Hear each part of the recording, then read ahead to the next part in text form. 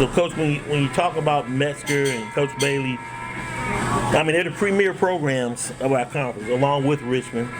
You see Lumberton's coming, but we're going to get there. It's just a matter of time, but it's a process, and people need to understand that, wouldn't you say? Well, whether people understand it or not, it's still a process. It is what it is, and this is where we are.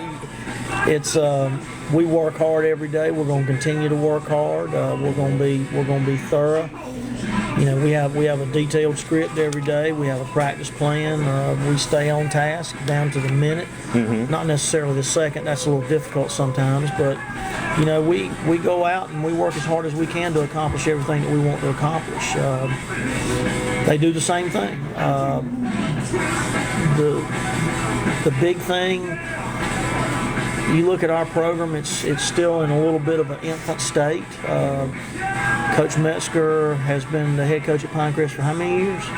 Coming up on his 5th year, I believe. I think it's longer than that. I think he's approaching 6 or 7.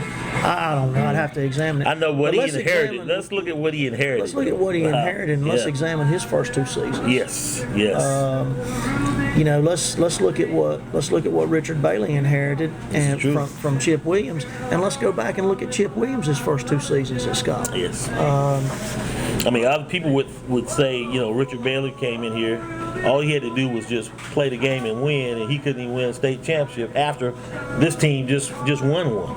And it's crazy how people look at things. But part of winning the state championship is you got to be good, but you also got to be a little bit lucky. Yes. And when you're good and lucky and the cards fall right and everything works out, there's a lot of good football teams that don't win a state championship that are good enough to do it. They just don't catch the right breaks at the right time. It's not that they're not good enough. It's not that they don't play well enough. But a penalty here, a turnover there, what have you, any number of things. There's a lot of things that figure into it. So it's a matter of the planets lining up right and all the stars being in the right spot in the sky. And then, of course, Richmond, you see Lumberton, like I said, is coming.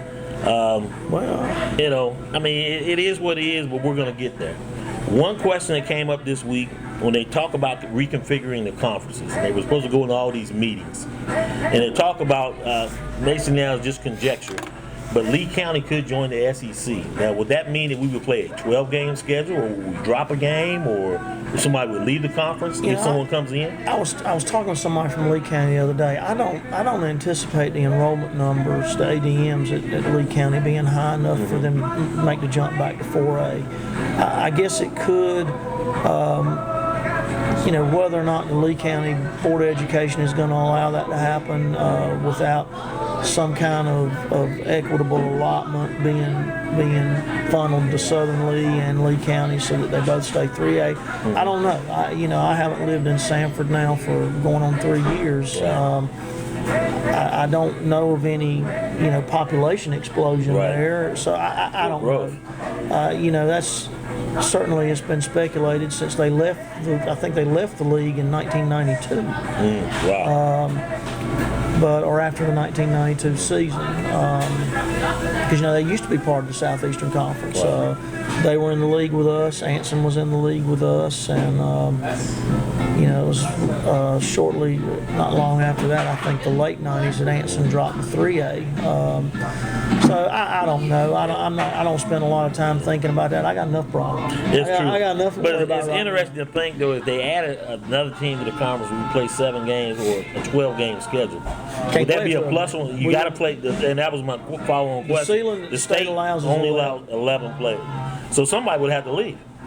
Or they would just be denied entrance into the SEC. Everybody would have. No, what would happen is everybody would have to lose a non-conference opponent. Wow. Oh, good point. So now we played 11 games, 7-game schedule in the conference. Is that a plus or a minus when you talk playoffs, or no? Well, it'd be a 6-game schedule because there'd be 7 teams, right? 17. So you're looking at 5 non-conference games as opposed to 6 right now. I don't know. I don't know that it's a plus. if you raise the number in the herd, you're raising the number of folks who are really going to have to schedule smart in their non-conference Yes. and work to be good in Yes. that portion of their schedule in order to have a chance to get at-large berth to the playoffs. Exactly. Because, only the top 3 are guaranteed. Right. And And when you look at our non-conference schedule this year, it's tricky. well, when we get good and we can, And the emphasis is win. when and we get will. good and we can play well in our non-conference schedule, everything will take care of itself. And the ability to be successful with a schedule like that will certainly render itself useful during the conference season.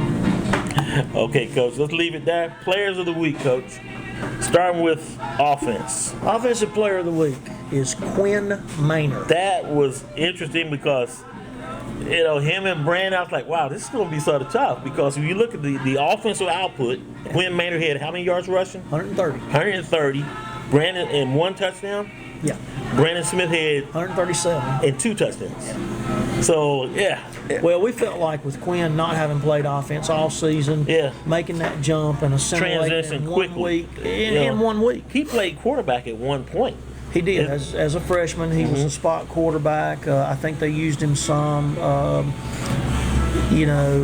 when they would get into their eye package. I can't remember. It's such a blur for me. But, he did a great job for us, hands down. Definitely was tricky this week who was going to be. Defense. Defensive player of the week is Quinn Maynard. When you look at that, now Quinn Maynard, now number 5 had an interception. What's number 5's name? That is Tyshawn Garlington. Tyshawn Garlington had an interception. And I looked at it, now I started looking at tackles and different things. I think that's the first time it's happened that we've had a guy that normally plays defense, comes on the offense, wins the defensive player of the week and the offensive player of the week. So this guy's sort of special. And the good thing about it is he's a junior. We got him 1 more year. Yeah, that's the best thing about it. Special teams, Nakeem Shaw. Special teams player of the week was Nakeem Shaw. Yeah, So his kickoff returns really set a spark. Now we're down 7-6. We missed the extra point, but set us a spark early on, and we were going on from there. Coach, I appreciate it as always. Appreciate you. Going into Scotland. Give my regards to Hal Nunn. I will. Hal is sick. I don't know what happened. Maybe he needs to get his flu shot. Maybe he's sick of me. I'm going to ask him. It'll be interesting. So I don't know if he's going to be for the What's Happening Hoax show tomorrow or not. But, hey, if not, I'll be there. Kickoff tomorrow, 7 o'clock for the JVs, Scotland County here at Raz Archery Stadium. Friday night, kickoff at Scotland, 7:30 for the varsity as we take on the Scots of Scotland County. I'm Glenn Young, head coach Tom Paris. Once again, thanks, Coach. Thank you. Appreciate you talking to me. We'll see you next week.